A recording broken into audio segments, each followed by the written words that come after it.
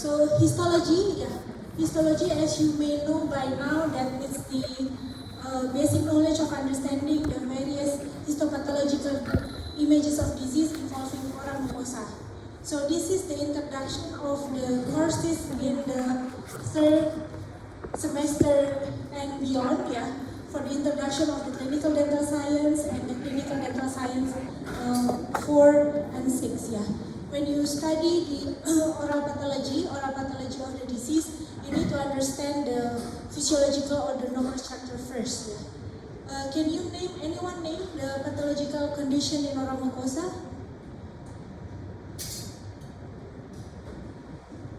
Kira-kira if you're talking about oral pathology, it involves what? Anyone knows?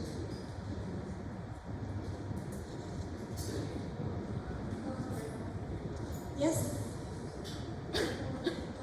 Yes. What are the pathological conditions in oral mucosa that you know? Contohnya apa? Yeah, it's okay. Gingivitis very good ya, gingivitis ya. Pokoknya belakangnya is itu kan artinya inflammation ya, inflammatory reaction ya. It can be derived from infection or any other factors that cause the gingivitis. Any other? Ada lagi? Very good. Oral cancer ya. Oral cancer itu strukturnya kayak apa sih? You'll be learning the characteristic of the oral cancer in the semester 4 ya. But before you understand this condition, the pathological condition, bisa itu oral cancer, metaplasia condition, dysplasia condition, you need to be able to understand the physiological condition or normal structure first. So you learn this in histology. I think you will play the games developed by Dr. Rezon. Kak Rezon biasanya orang-orang bilang ya. Okay, next. Okay. Oral mucosa, the function, I believe that you have discussed this in the PBL discussion. The functions involve the protection from the physical and the mechanical trauma and permeable barrier, so it preventing the entry of microorganisms and toxic materials. So the epithelium are genetically designed to close any wound defect. So every time you have a wound, then the epithelium will form immediately in a couple of days to protect the underlying tissues. So normally it's not. Normally in the normal condition, that when you have a trauma or injury of tissue, the epithelium will close any wound defect. So because of the function of the permeable barrier, so preventing the entry of microorganisms and toxic materials. And then it's also responding to the pathologic microorganism and foreign antigen through the role of the immune components. Can you name the immune components in the oral mucosa? Saliva. Okay, thank you. Yes. Saliva itu mungkin relevansnya itu because of the salivary gland composition in the oral mucosa. Okay, thank you Heli. Ada lagi? Password itu udah dikasih belum? Kak Reza? Sudah. The password is depan. But please don't start the game first After this you have plenty of time. I think the practicum will be 2 sessions Dr. Rezon So today and next Tuesday. So you have a lot of time to complete the assignment. So it's also lubrication and maintaining the moisture of the oral mucosa. Again, the function of the saliva and spatial and general sensation through the encapsulated nerve ending and taste bud. Okay. So when you look at so in the left side is the histological slide. Sometimes it's very difficult to understand the histological slide. I think it's easier if you first learn from the schematic drawing. The schematic drawing of the oral mucosa. So when we're talking about oral mucosa, it involves what? Oral mucosa is composed of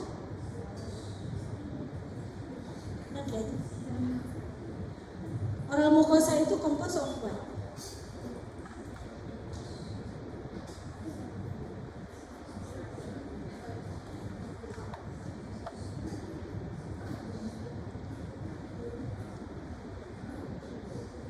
Keratinoids? Epithelium, okay. That's one component. Thank you. Siapa namanya? Alwin. Thank you, Alwin. So, oral mucosa composed of one is oral epithelium and second?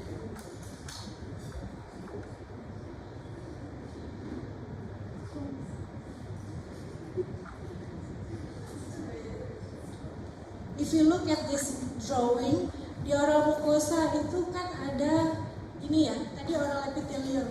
And what is this? Yes?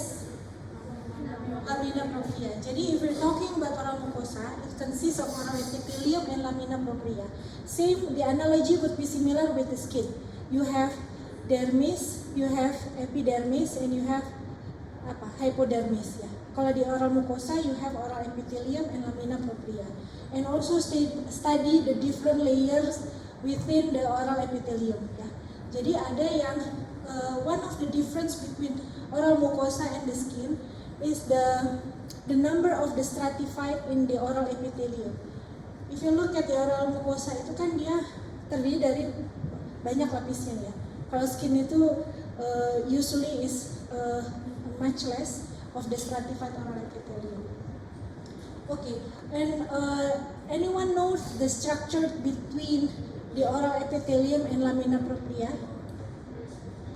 Basement membrane. Okay. Wah, Alwin ini nih. Oke ya. Masih ingat ya, Win? Oke, basement membrane itu terdiri dari stratum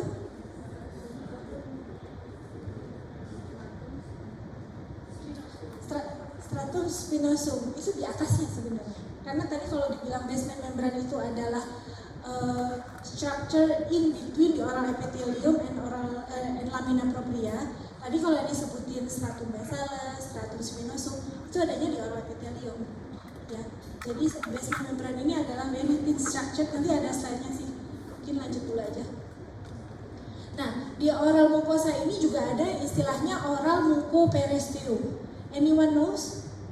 Bedanya apa tuh oral mucosa sama oral mucoperiosteum? Can anyone explain? Kalau dilihat dari gambarnya, the difference is, ini apa tadi? What is this again? Oh sorry, ini oral epithelium ini submucosa ini bone. And in the oral mucoperiosteum ini tadi epithelium,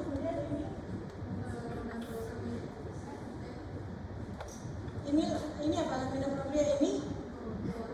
Jadi what are the difference between the two? Okay, the oral mucoperiosteum are devoid of the of the submucosa. Where can you frequently found the oral mucoperiosteum? Biasanya bisa ditemukan di umumnya. Yes, V. Yeah.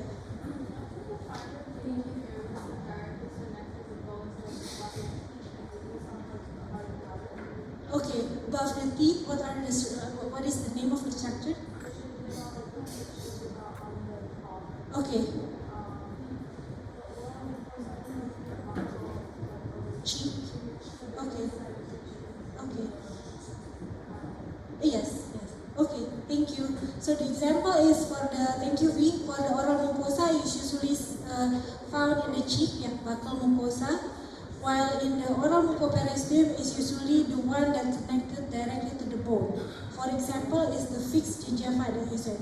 There is a name for that, because gingiva is consists of, kalau yang disebut fixed gingiva itu biasanya istilahnya apa ya? Free gingiva. Free gingiva is the one that is not connected or attached to the tooth. Kan ada, very good, attached. Kan ada free gingiva ya. Free gingiva itu yang membuat sulcus. Jadi kayak ada gutnya gitu antara gingiva. Jadi if you have infection, biasanya the gut or the sulcus become deeper. So the food retention it become more easy to penetrate inside. Ya. Jadi tadi ada free gingiva, ada RD, yes, attached gingiva. Kemudian di bawahnya lagi atau di atasnya lagi,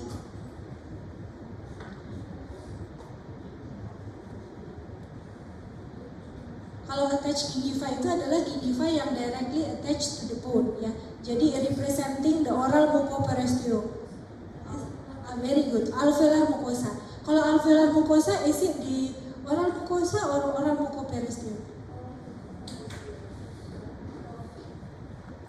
So the attached gingiva is the oral mucoperiosteum because it directly attached to the bone, and the alveolar mucosa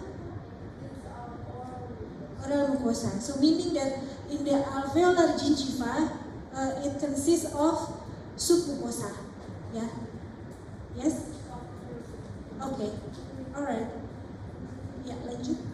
Nah ini tadi yang basement membrane ya. Tadi yang Alwin bilang tadi basement membrane itu is the bisa dilihat.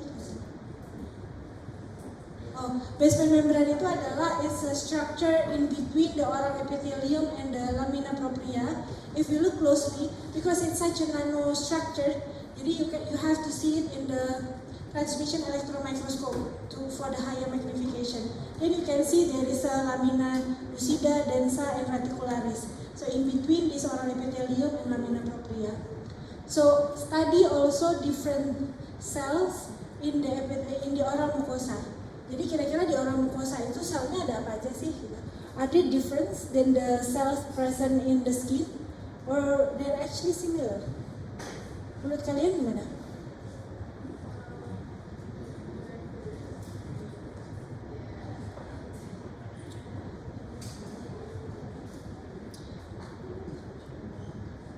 Kalau oral mucosa itu is it keratinized or non keratinized?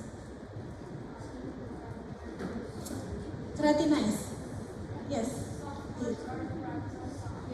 Okay, the majority are.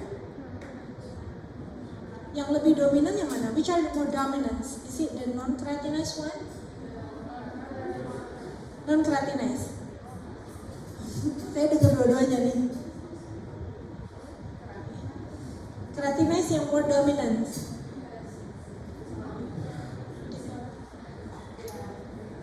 In hard palate, yeah. How about the soft palate? Soft palate, non keratinized. Okay. Jadi kalau yang keratinized itu can be found di mana? One is in the hard palate. Any other location? Keratinized, ya. The tongue. Which part of the tongue? Is it dorsal? Is it ventral? Dorsal. Oh, very good. Oke, jadi salah duanya itu ya. Tadi di hard palate, di dorsal of the tongue. Any other location that keratinized mucosa are present?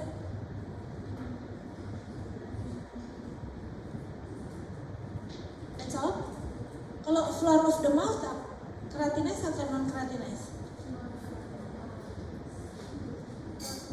Non keratinized. Okay. How about gingiva? Is it keratinized or non keratinized? Keratinized. Okay. Jadi can you sum up tadi yang keratinized ditemukan di mana aja? Hard palate, dorsal of the tongue, gingiva. Yeah. Can you find the similarities of this location? Kenapa di daerah ini dia keratinized? Where is used for chewing?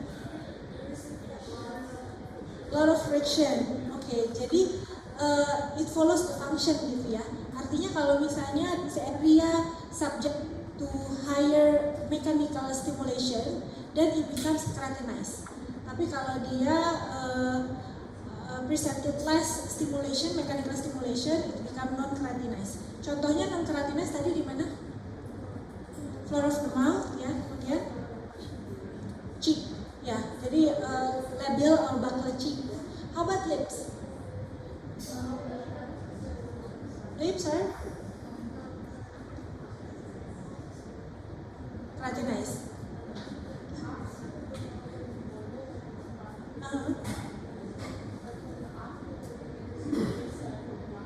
Non keratinized. Okay. get the ideas ya. So it's everything is follow the function. Say that have anyone experienced cheek biting? Pernah kegigit-gigit ya? Cheek biting. So if you have a persistent cheek biting, like you've done it for a long period of time, there will be like a white line on your label or buccal cheek ya. Jadi yang di it's called linea alba, and in this area it become keratinized. Jadi yang sebenarnya oral mucosa itu atau labial and buccal cheek itu non keratinized because they are frequently get bitten ya, jadi kegigit-gigit terus gitu ya, then you become keratinized ya. Tapi kalau misalnya stimulationnya is removed, then it will change into the original structure. Ya. Okay, study the type of cells presented in this tissue ya. Like epithelial tissue ada keratocyte dan non keratocyte ya. Non keratocyte contohnya apa? Merkel cells ya. Study also the function ya. Merkel cells itu fungsinya apa sih ya? Langerhans cells, lymphocyte ya. Berarti ada lymphocyte juga ya di keratocyte ya. Is there any blood vessels presented in the epithelium? In the epithelium? Ada blood vessel nggak? No. Where can you find the blood vessel in the oral mucosa? In which layer?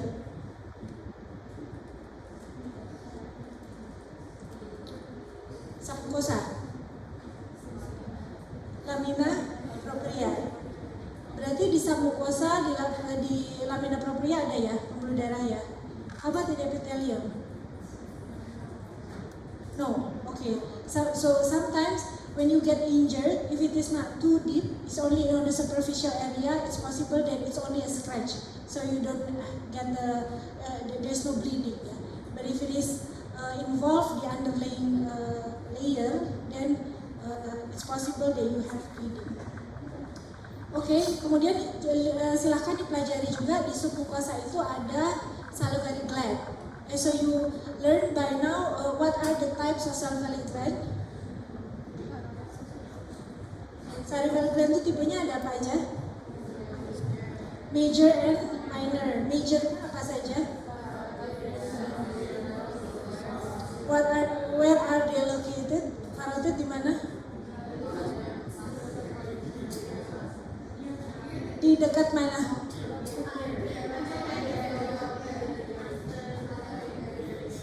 Yeah. Try to understand the location, like the boundaries. It is superficial against apa, gitu ya. It is anterior against apa. Jadi pelajari boundariesnya. Oke. Kalau minor salivary glands di mana? All over the place. Ya. Oke. All over the place. Dan dia located di submucosa tadi ya. Oke. Yes. Next. Nah ini mucosa can be also divided based on the function. Ada movable mucosa, masticatory mucosa, dan specialized mucosa. Specialized mucosa itu apa ya? What are specialized mucosa?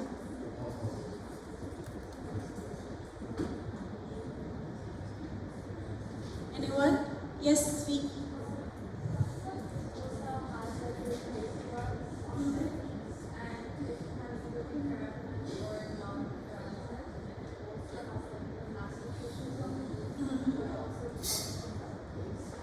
Okay, where is it located? The special mucosa?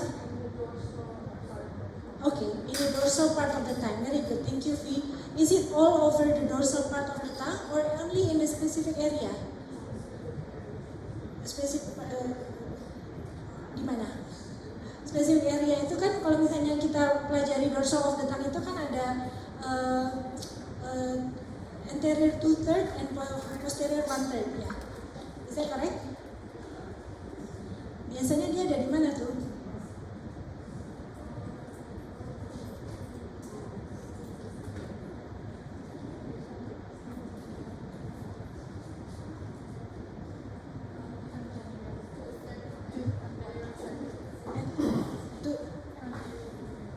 Anterior 2/3 of the dorsal of the tongue, ya. tadi base pairnya itu.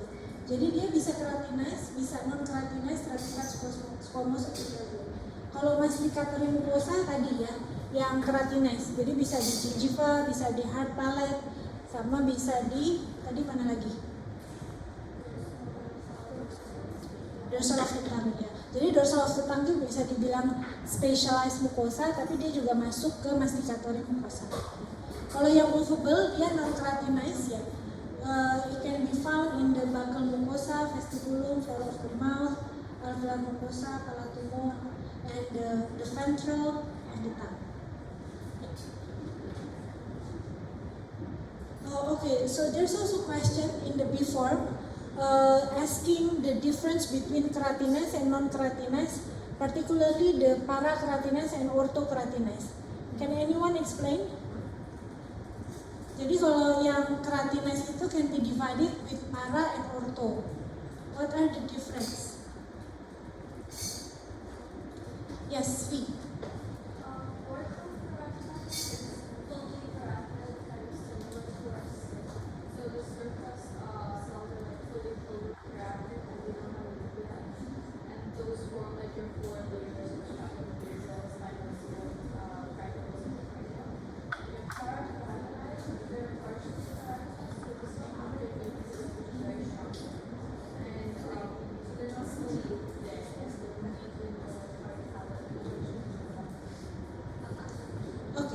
Thank you. Bisa dengar semuanya? Ya, ulang lagi. So the main difference are parakeratinized epithelium is not fully dead. It has like a shrunken nuclei, whereas an orthokeratinized epithelium it's completely filled with keratin and don't have any nuclei left. Alright, thank you, V. Jadi the main difference are the presence of the nuclei ya. Jadi yang masih ada nukleinya itu yang parakeratinase. Kalau yang orthokeratinase itu keratinase layernya itu devoid of the nuclei. Nuklei dari sel apa sih ini?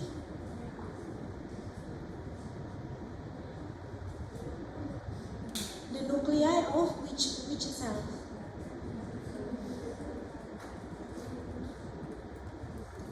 Epithelium itu dibentuk oleh sel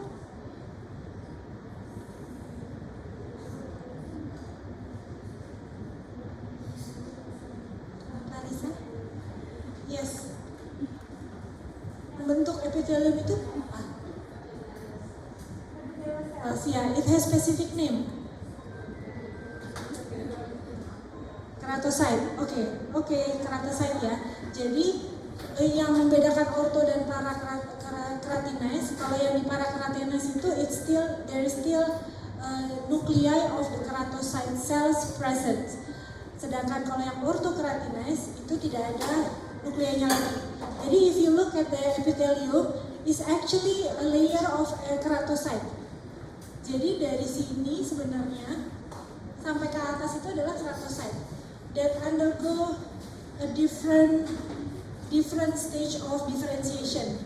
Jadi kalau yang basal layer itu karena dia masih sifatnya selnya masih muda, jadi dia cytoplasmnya juga masih abundant, jadi dia besar. Ya. But if we go through the later stage of differentiation, it became flattened. Jadi kalau dilihat di sini,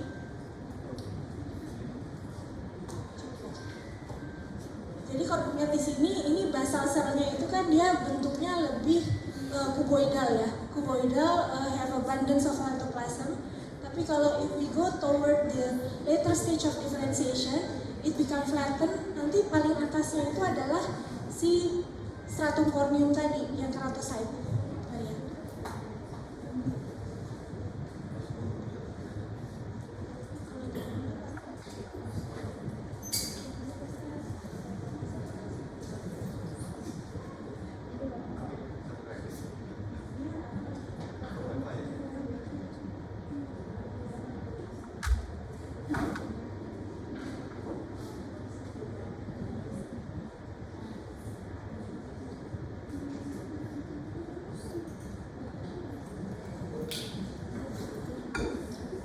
Berikutnya, ya jadi ini yang ke orthokeratinase, tidak ada nuclei of the keratocyte. Ini yang parah, you can see still the presence of keratocyte, nuclei of the keratocyte. Kalau yang ini yang non keratinized, jadi tidak ada lagi stratum corneumnya. Ya, ini yang ditemukan tadi di buccal mucosa, floor of the mouth, ya, soft palate. Ya. Oke, berikutnya. Ini sebenarnya sama ya, cuma menjelaskan dari different layer of the oral epithelia. Ya. Ini lining mucosa atau movable mucosa, kemudian ini masticatory mucosa. Ya. Ini tadi yang dijelaskan ya. If patients have the cheek biting for quite a long period of time, then there will be a presence of the white lines that presented the keratinized. Sebenarnya ini kan non keratinized ya, kalau yang buccal mucosa. Oke, next.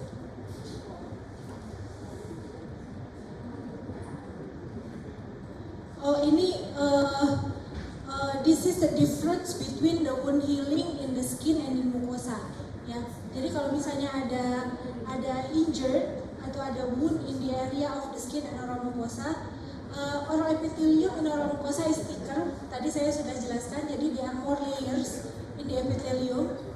Kemudian higher basal cell proliferative capacity. Jadi if you look at the basal cell between the oral mucosa dan oral epithelium, yang di oral mucosa itu proliferative activity-nya lebih tinggi. Kemudian lamina proprianya juga there are more blood vessels sama moist environment. Jadi moist environment ini sebenarnya dia menguntungkan untuk wound healing formation ya, atau wound healing process. Karena in the moist kind of environment atau condition, dia itu akan terjadi reepithelialization, angiogenesis atau pembentukan pembuluh darahnya faster ya. Kemudian it prevent dehydration, increase collagen synthesis, dan increase degradation of the dead tissue. Jadi ini yang menyebabkan if there are wound in the oral cavity, the wound healing is faster compared to in the skin tissue. Ini microscopic structure of the major salivary gland ya. Also study the difference ya. Major salivary glands itu perbedaannya apa sih? Do you know the difference between the three? The parotid, the submandibular, and the sublingual.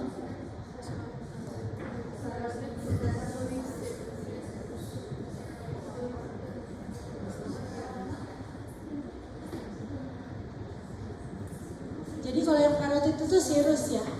Kalau yang submandibular mix between serous and mucous. Sublingual yang mucous. Okay, ya.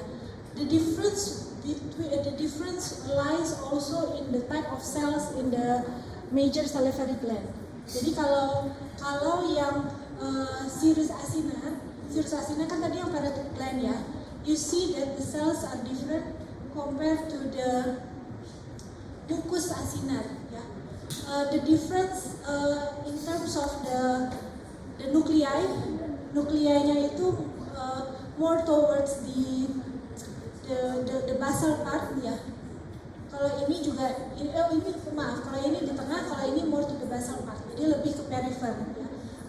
Ininya apa namanya, the locations of the nuclei. Kemudian dari pewarnaan juga biasanya yang look paler itu mana ya?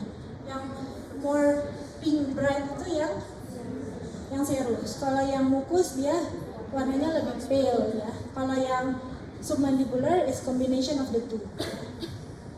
Oke. Kemudian pelajari juga tentang duct epitheliumnya ya. Duct epitheliumnya itu kan berbeda-beda ya. Yang paling dekat dengan asinar itu adalah intercalated duct. Kemudian towards the duct, the excretory duct ya. Jadi di bagian yang keluarnya this become larger, the lumen become larger ya.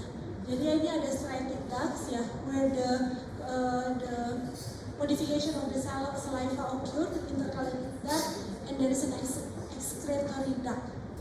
Pelajari juga types of epithelium that make this duct tissue. Ya. from the histology ya, ada intercalated duct, kemudian excretory duct. You see that this is more this is more stratified ya. Kemudian ini kalau yang intercalated karena dia ductnya masih, lumennya masih kecil, dia biasanya simplified epithelium ya. Kemudian ini apa ini? Do you know this? Myoepithelial cells ya. What are the function of these cells? Squeeze the, buat apa tuh di squeeze? Untuk biar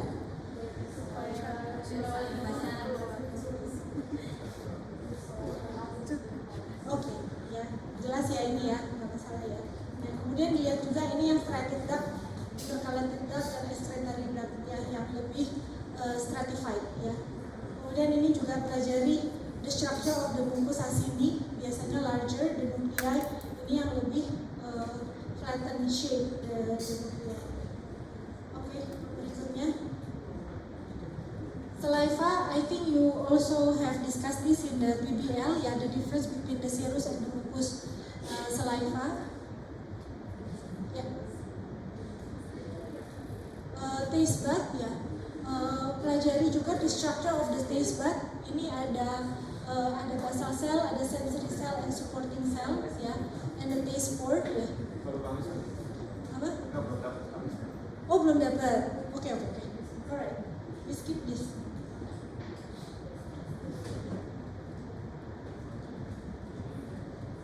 We skip this. Ini kayaknya dari yang previous unclear learning issues ya.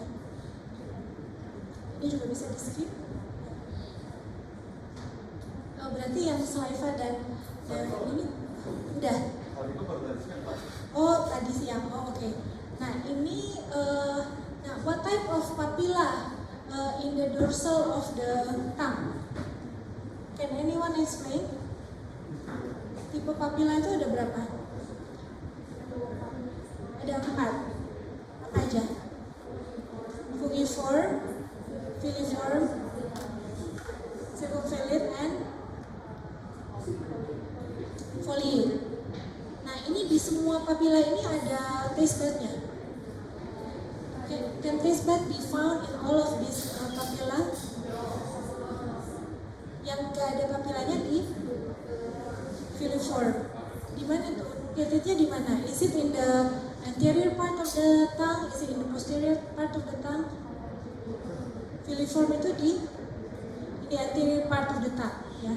Jadi perhatikan different form of the papilla ya. Ini yang fugiform, ini yang filiform. Ini apa ini?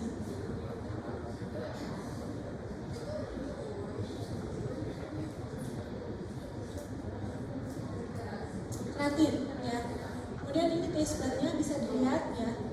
Bisa dilihat di circumvallate papilla ya. Ya, berikutnya Dr. Rezon. Oke, kita lanjut ya. Kita lanjut di enamel. Tapi untuk praktikumnya enamel tooth and periodontal tissue will be for next Tuesday ya, Dr. Rezan. For the tooth and the periodontal tissue is next Tuesday. No, the clarification also can be. Oke, karena mereka udah PBL-nya. Oke. Now enamel, you know by now that is most calcified of the matrix in the body ya. It's a complex structure with a high mineral composition that withstand the masticatory loading.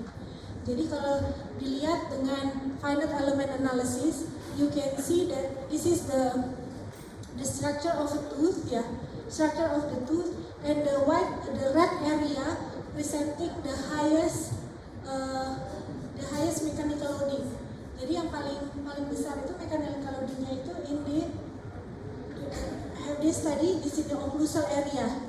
Ya, biasanya di occlusal atau di incisal area. Yang compare to the upper part, ini green and the blue representing the least area that receive the least of mechanical loading. Jadi kalau misalnya kita lihat ini in the occlusal part itu yang in the red area that receive higher masticatory loading. There is a question in the form, tooth itu kan brittle ya. So jadi kalau misalnya the tooth brittle, in what area that compensate dysfunction? Pertanyaannya begitu. Jadi mungkin maksud yang bisa dijelaskan di sini adalah walaupun dia, although that is the enamel has the high inorganic materialsnya in the form of what? In the tooth. Calcium. Only calcium. Hydroxyapatite ya, ngomongnya jangan ragu-ragu, betul. Hydroxyapatite. Jadi in the form of a crystal hydroxyapatite. Ya. Jadi walaupun compositionnya very high, the calcium phosphate in the form of hydroxyapatite, but the tooth enamel is actually brittle. Jadi dia itu mungkin kayak gelas ya, dia keras, tapi dia juga rapuh.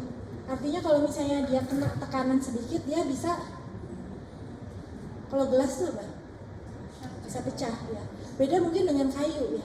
Kayu itu mungkin tidak sekeras gelas, tapi kalau dia hit by a very high impact loading, kayu itu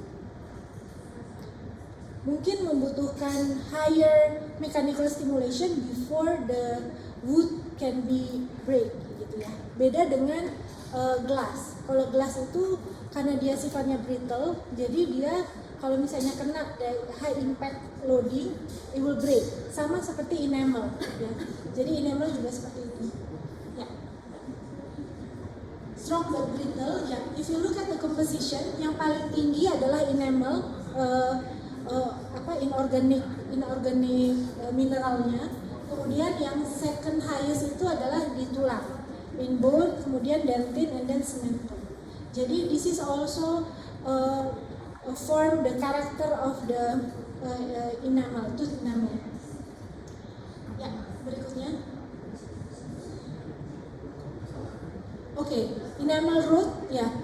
Can anyone explain enamel root ini apa?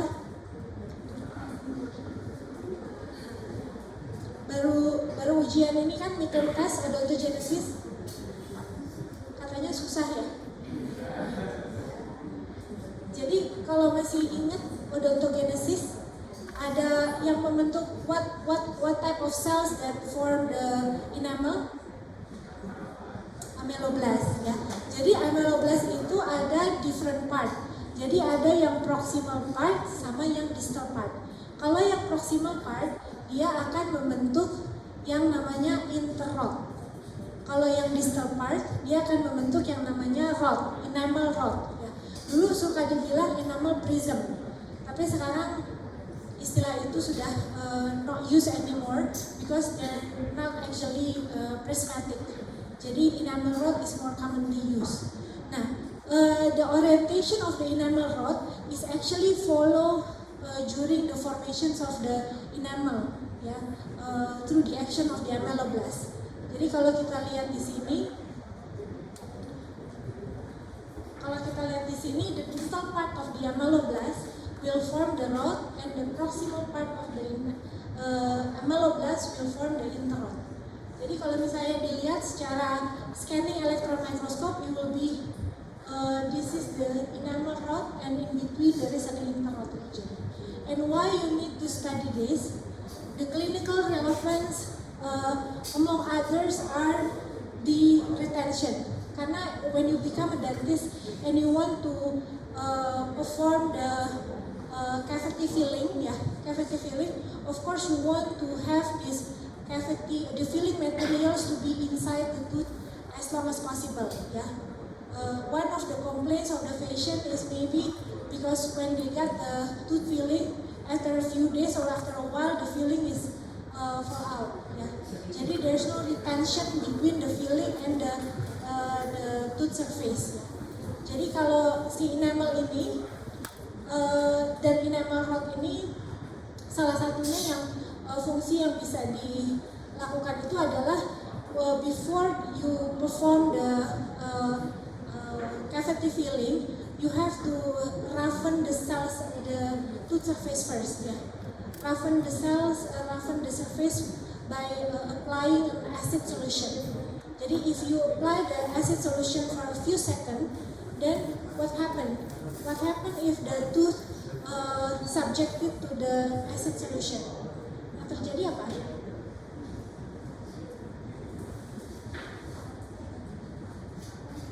What happened to this enamel?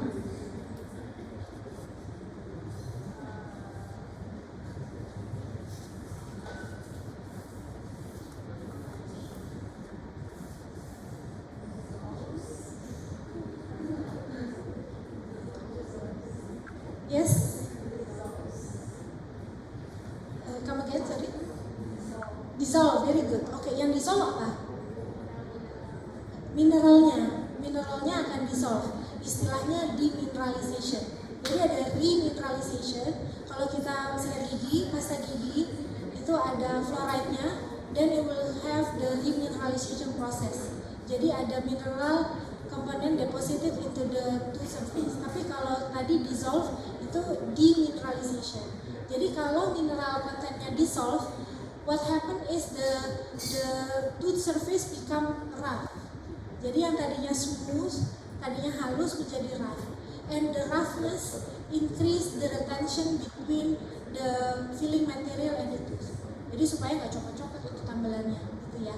Jadi one of the clinical significance of understanding enamel rods itu. Next. And also second, if you look at the orientation, ya, orientation of the enamel rod. Kalau di sini, ini namanya occlusal. I know you have not studied about this morphology ya. Ini istilahnya occlusal atau incisal ya. If you look at the occlusal or incisal area, ini orientasinya seperti apa? Tegak lurus ya, perpendicular to the occlusal surface. Karena dia yang menerima the highest masticatory loading. Difference than in the other part. Jadi kalau in toward the cervical area enamel rodnya itu lebih ke arah cervical ya. This is for permanently, tapi for deciduous teeth dia bentuknya agak berbeda.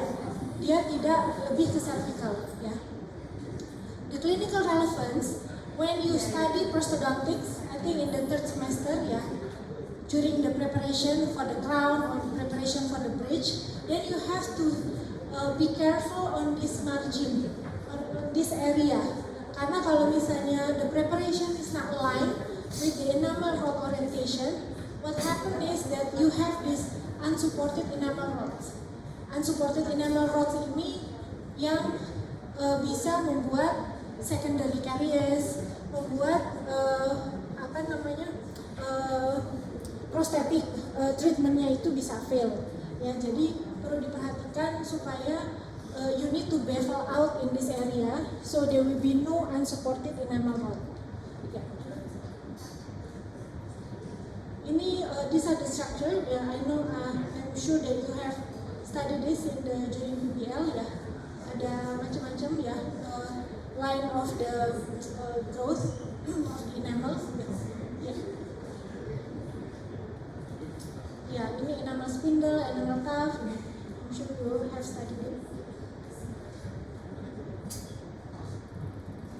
Tadi ini sudah ya. Ini juga ada Trezon yang buat ya videonya. Udah lupa ya. Jadi ini kalau misalnya dikasih acid solution, jadi nanti dia yang bentuknya yang lebih halus menjadi lebih terbuka ya. Jadi rod dan interrodnya itu lebih open. Then it will create a retention, mechanical retention for the filling materials. Ya. Jadi etching procedure-nya itu mechanical interlocking, influenced by the thickness and the density of Hunter-Schweigers band. Ini pelajari sendiri, influence bonding strength. Oke, dentin. Ya, dentin itu mirip-mirip dengan bone structure actually. Tapi di dentin itu ada apa? Struktur dentin itu ada apanya sih? Kalau tadi kan ada enamel rod ya, ada enamel rod sama interrod. Kalau di dentin ada dentin rod. Adanya apa? Dentinal tubules ya. What's inside the dentinal tubules? Dalamnya ada apa? Yes, ada. Misha, yuk, apa? Is it empty? Is it empty tubules? There's something inside? Apa? Osteocyte? Almost. Odontoblast. Odontoblast. Kalau osteocyte in the bone, ya. Yeah. But there's sibling, ya. Yeah. Ya, yeah, close. Kalau osteocyte itu in the bone matrix, kalau odontoblast itu adanya di dentin, ya. Tapi dentin itu adanya di mana? Oh sorry, odontoblast itu adanya di mana sih? Di ujung pulpa. Jadi actually the dentin, the cell itself itu located in the pulp tissue, ya. Tapi kalau yang di dentinal tubusnya itu apanya? Tadi katanya itu ada odontoblast. Yes, channelsnya ada fluid, very good. Ada dentinal fluid, ada cairan tuh di sana, ya. Kemudian selnya tadi kan Alwin ya tadi. Alwin bilang katanya the cell itself is actually in the pulp tissue, not in the dentin. Jadi yang ada di dentinal tubules itu apanya?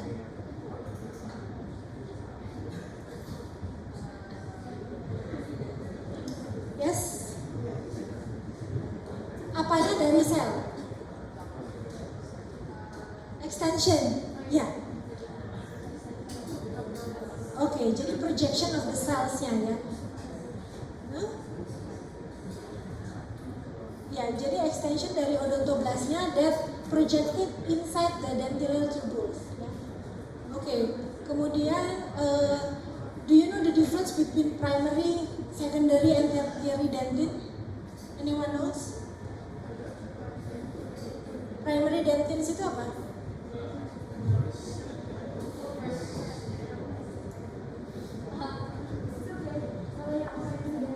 Primary dentin is the first dentin to form during tooth development. Secondary after eruption. And tertiary is when ongoing throughout life if the dentin has any damage. Thank you. Thank you Shera. Ya. Jadi kalau yang tertiary dentin itu only form if there is stimuli. Ya. Tapi kalau yang tadi primary itu during tooth development, yang secondary itu throughout life. Jadi you know that in the radiographic, ya, when you study the radiograph images of the elderly patient, you see that the pulp chamber become smaller karena ada deposition dari si secondary dentin tadi. On the contrary, if you treated a child patients, because of the pulp chamber is still large, ya, karena belum ada deposition of, karena umurnya kan baru 2 tahun sampai 12 tahun atau 18 tahun, jadi deposition of the secondary dentinnya itu much less, ya. What happened is that the pulp horn, if you study the anatomy of the tooth, the pulp hornnya itu lebih tinggi atau lebih rendah? The pulp horn is it closer to the occlusal part or away from the occlusal part? Kalau yang di anak-anak,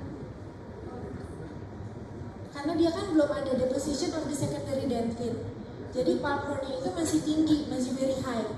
The clinical significance adalah you need to be careful when you do the cavity preparation in the child patients, because of the higher pulp horn. If you're not careful, then you will be easily perforated. Ya, perforated itu it can get a lot of clinical significance. Ya. Okay. Interglobular dentin, anyone knows? Ada yang tahu?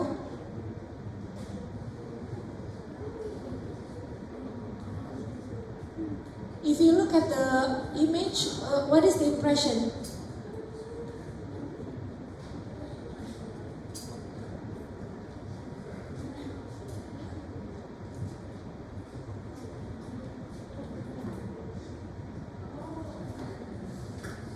Ya, coba dipelajari ya.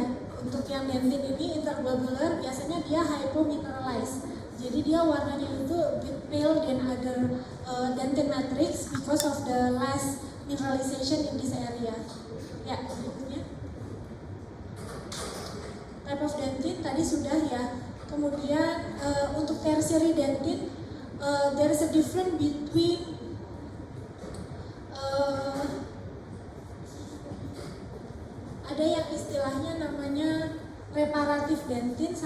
tensioner dentin ya.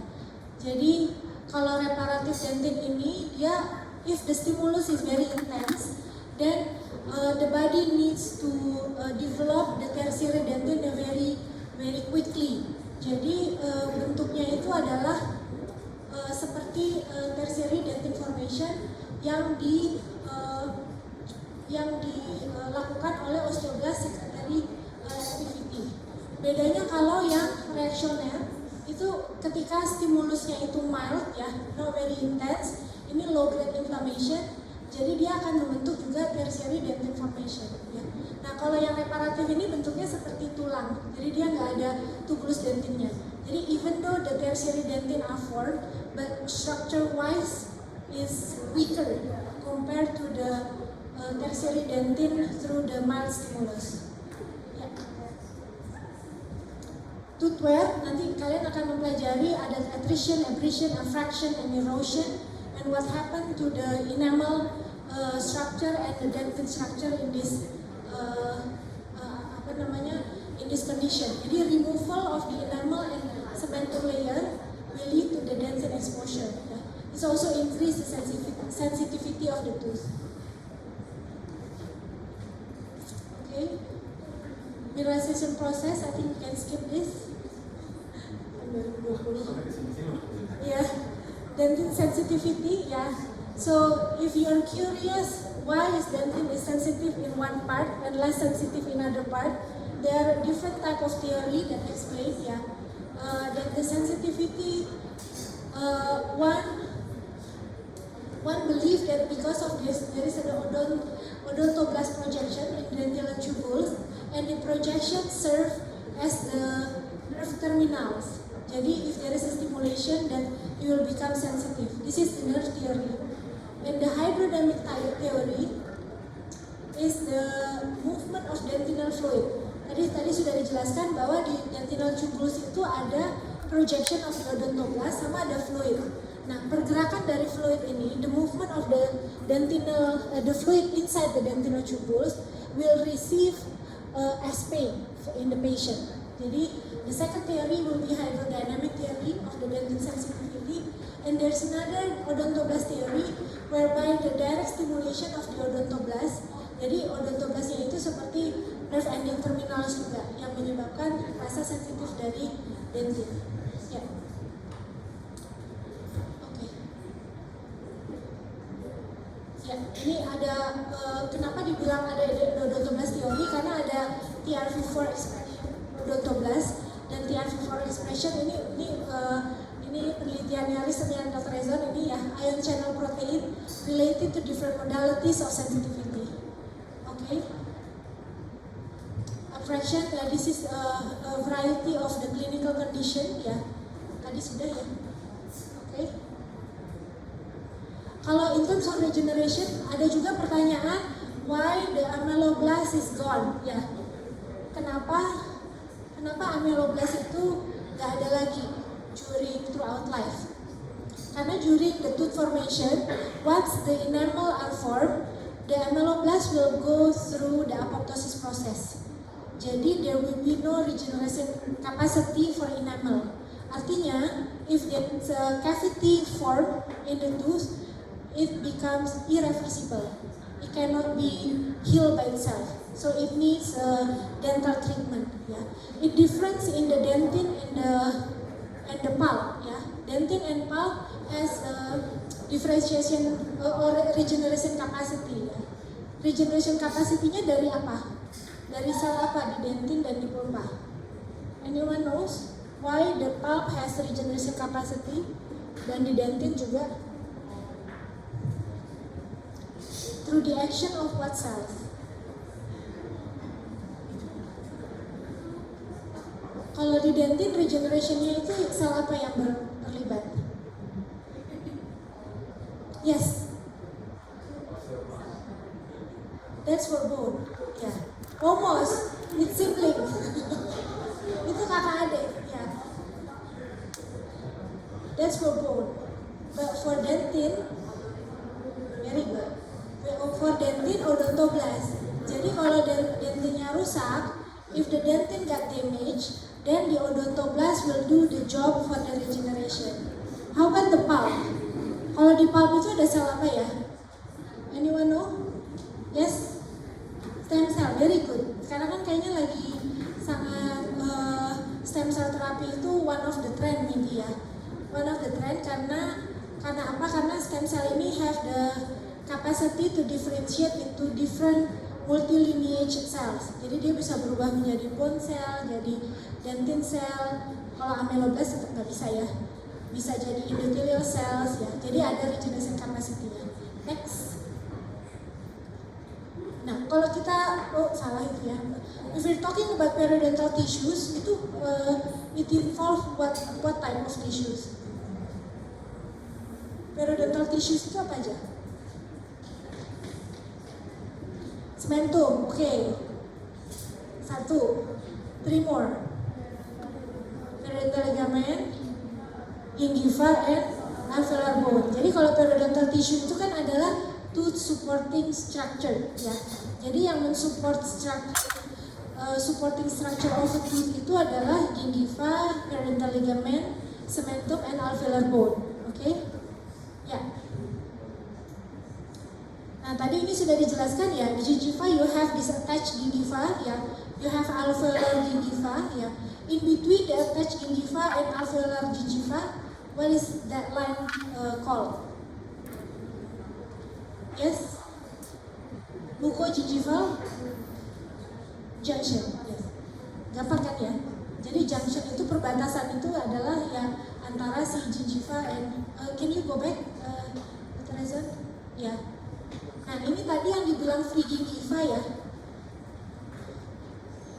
Ini kan nanti you learn that there is a sulcus, gingiva sulcus. Ini kayak gutternya gitu ya.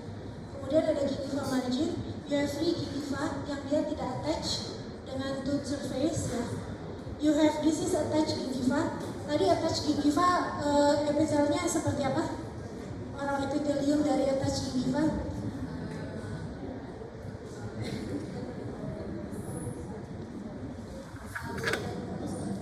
Yes. Tadi yang attached gingiva yang tidak ada submukosanya. Namanya? Oke, very good. Mucoperiosteal gingiva, ya. Jadi mucoperiosteal epithelium. Kalau yang alveolar mucosa, karena dia merupakan movable mucosa, jadi dia ada submukosanya. Oke. Ini cementum, periodontal ligament in between the bone and in between the root and the bone and alveolar bone. Ini antara alveolar mucosa dan attached gingiva ada mucogingival junction. Oke, jadi if you look at the different oral epithelium, ini adalah yang sifatnya non keratinized, ini yang keratinized. Kemudian nanti di junctional epithelium dia menjadi non keratinized lagi. Oke.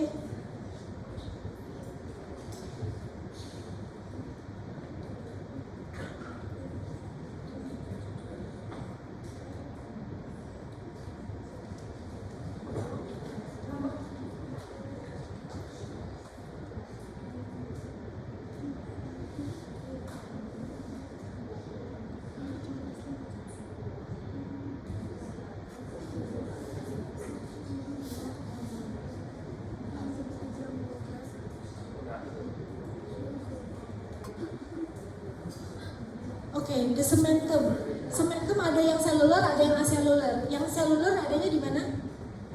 Cellular cementum. Is it in the cervical part or the apical part? Yang lebih banyak selnya itu di apical portion atau yang di bawah? Artinya apa? Apical portion, ya. Yang acellular itu adalah di jangan atas bawah dong. Cervical portion, ya. Ya, try to use the terminology as much as possible, ya. Kadang-kadang masih ada yang bilang kiri, kanan gitu. Try to use it, is it mesial, is it distal, is it proximal, ya. Oke, next. Ini cementum ada yang seluler dan acellular, kemudian dia avascular. Jadi cementum itu tidak ada pembuluh darahnya. What happen if the cementum got damaged? Can it regenerate like dentin and pulp? Atau seperti enamel, dia nggak punya regeneration capacity? What do you think?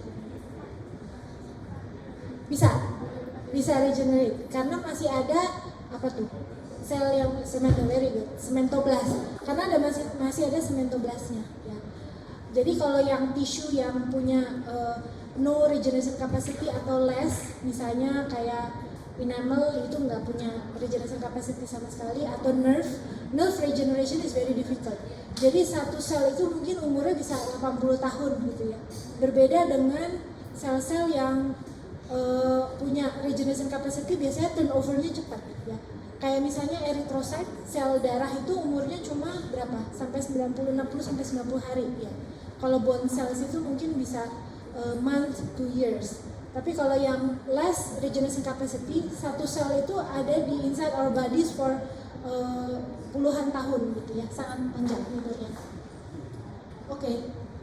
Alveolar bone density, study also different density of the alveolar bone. Jadi each part has a different density. Yang density-nya high itu di mana? High bone density itu you can find in, what is this? Mandible, anterior posterior. Kalau begini posterior salah dong. Posterior begini. Anterior, very good. Jadi kalau yang the highest density can be found in the anterior of mandible, ya. Second highest di mana? Posterior mandible atau di anterior maxilla. Anterior maxilla itu juga kira-kira type 2 or type 3 density-nya. Yang paling the least density itu adalah di posterior maxilla. Jadi biasanya kalau misalnya di tooth get extracted in the upper maxilla, the bone become lost very quickly karena density-nya less. Jadi biasanya di dental implant treatment itu will be more challenging in the posterior maxilla because of the low density of the alveolar bone. Nah ini if you look at the edentulous patient that do not have teeth anymore, you can see that the bone become resorbed ya. Alveolar bone-nya itu resorbed or atrophy, istilahnya atrophy. Jadi yang what you find here itu adalah in the severe resorbed mandible, there's no alveolar bone anymore. There's no processus alveolaris. Ini tinggal apa? The remaining is the basal bone. Jadi hanya ada basal bone saja, tapi alveolar prosesnya is resorbed atau bone ya. Notice that what is this? What is this speckle? Foramen mentalis ya, mental foramen. Notice that in the resorbed mandible, the foramen mentalis become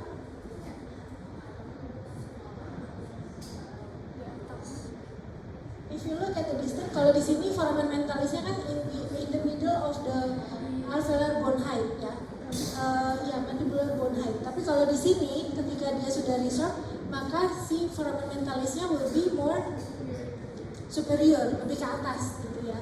Jadi ini also will be affected the treatment that you're going to give to these elderly patients with the severe resorbed mandible. Ya.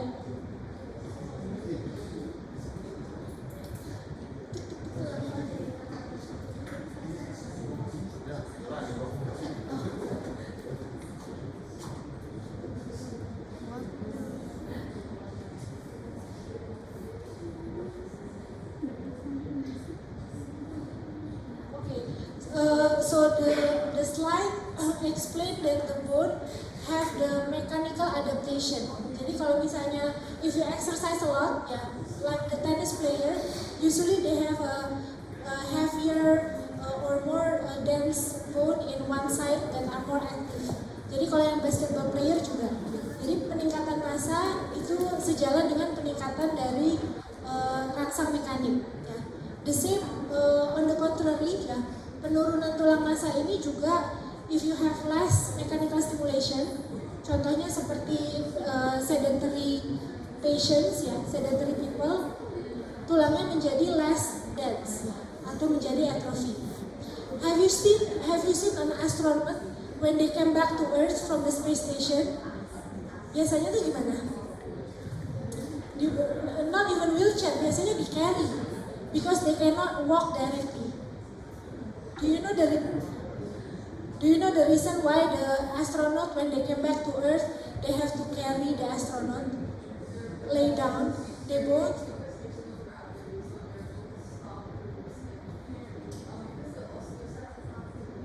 Very good. Yeah. Karena si osteocyte itu kayaknya there will be my next slide. My next slide, because osteocyte itu adalah mechanosensor cell. Jadi they're very smart. Di osteocyte itu dia bisa merasakan bahwa ada mechanical loading atau mechanical stimulation. Tapi kalau di space station itu kan there's no gravity ya. Jadi astronautnya bisa melayang-layang gitu. Jadi there's no mechanical stimulation. What happens if there's no mechanical stimulation in the bone? Tadi what happened, Heli? Yes, and the result will be yes. Okay, thank you. Jadi dia become resolve faster gitu ya. Jadi if you study the astronaut who live in this for more than 1 year, for instance, then if you check the bone, it will become much less dense compared to us ya, yang living on Earth. Wah, kayaknya udah capek tuh laptopnya. Okay.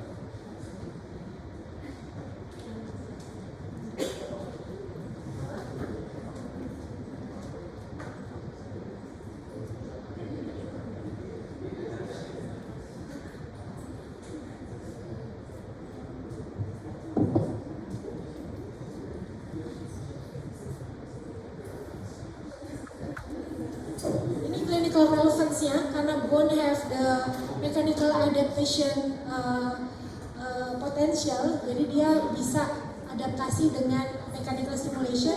Clinical relevance-nya in dentistry itu salah satunya adalah orthodontic tooth movement ya. Yang pakai orthodontic braces siapa? Many ya, majority of you ya experience ya. Gimana caranya tooth itu bisa move? Itu pasti there will be an action of bone resorption and bone formation. Kalau tidak ada bone resorption, there will be no tooth movement. Ya. Tooth movement itu has to be preceded by the bone resorption. Ya. Ini clinical relevance-nya ya. Kemudian tadi alveolar bone atrophy kalau tidak ada mechanical stimulation. Kalau udah nggak ada giginya berarti kan there's no masticatory force that transmitted from the crown to the root to the alveolar bone. Okay. Tadi ini yang Heli jelaskan ya, mechanosensitive of the osteocyte. Jadi osteocyte itu punya sensor gitu ya. Jadi imagine if there is a sponge. Ada yang pernah cuci piring ya. Sponge itu kalau misalnya dikasih air, when we squeeze, what happen to the sponge? The water will be out, will be run away. Ini sama kayak tulang, tapi tulang bedanya karena tulang ini adalah calcified, jadi deformation-nya itu very low. Maybe 5% of deformation ketika ada loading. Tapi di dalam si bone itu ada sama juga kayak di dentin, ada fluid. Ada bone fluid di canaliculi. Jadi kalau ada mechanical stimulation, deformation itu will squeeze the fluid inside the canaliculi and will be sensed by the osteocyte. Jadi ada osteocyte yang akan merasakan mechanical stimulation itu dan dia akan merangsang either to osteoblast atau osteoclast. Okay, next.